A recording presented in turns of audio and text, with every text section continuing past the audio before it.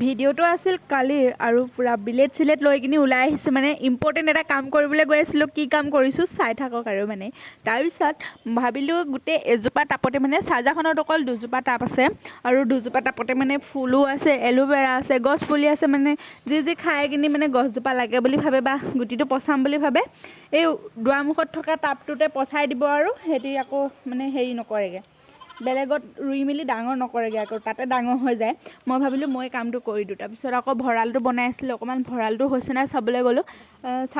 আধা আধি কাম হৈছেগৈ আৰু আধা আধি কাম বাকী আছে বাৰু ভঁৰালটো বনাই হোৱাৰ পিছত দেখাম যদি মই ইয়াত থাকোঁ তাৰপিছত আহি কিনি মাক কেমেৰা কৰিব দি মই ফুলজোপা কাটিং কৰি ল'লোঁ আৰু ভণ্টিক ক'লোঁ যে ফটা চিটা জাৰ চাৰ কিবা আছে যদি লৈ আন তাতে ফুলখিনি ৰুই দিম আৰু গোটেই চাৰ্জাৰখন